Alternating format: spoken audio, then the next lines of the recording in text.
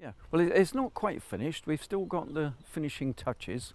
On the boiler, we've got to fit a top plate to it so that when we're coaling it, we can tidy up, sweep the coal dust down into the firing chute. And then there's also more finishing touches to the paintwork. We're going to rub down the paintwork and then give it a fresh coat of royal blue gloss paint. And then we're going to get a professional sign writer in, and then it's to be lined in white paints around each panel. We're going to get all the artwork done as it was done originally. There's the friars, you know, on the sides, Somerdale back in front, and there's a collage on the cab doors of the old factory. And then it will receive a coat of varnish as the finishing touch. I think I worked out the other day, there's about 27 volunteers have worked on that engine over the years, which is quite a good number for a small railway like us. Trust managed to get a grant to do a brakeman up for the Sentinel, and the future project is for us is to do a goods van up, which belongs to the Trust. And the idea of that is that exterior wise it'll look exactly the same as a goods van, but interior we're going to have what I call the Somerdale Heritage Centre.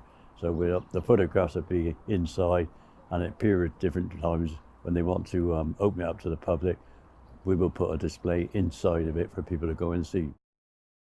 Well, the initial fundraising depended on book sales, me giving talks, which expanded to people doing sponsored marathons, other people running a store, like my wife did a lot of handicrafts, etc. So it's catching is the word, I think.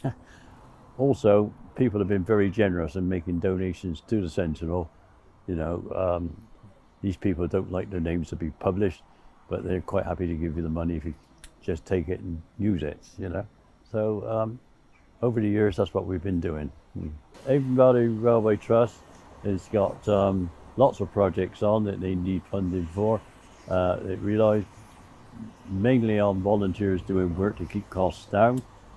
There's the Avon side up there, which is well under its restoration program now, but there's also an RSH that got to be started and restored.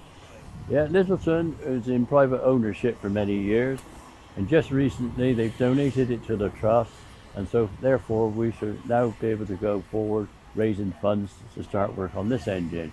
So we've got Littleton, RSH and Avon side, and so we're always looking for funding, and we're still looking for volunteers to come and help out, whether it be digging the gardens, which is all I'm fit for these days, or driving the engines. So we're looking for youngsters to come along and learn all the tricks of the trades, you know, ticket collector, guard duties, many projects that they can do.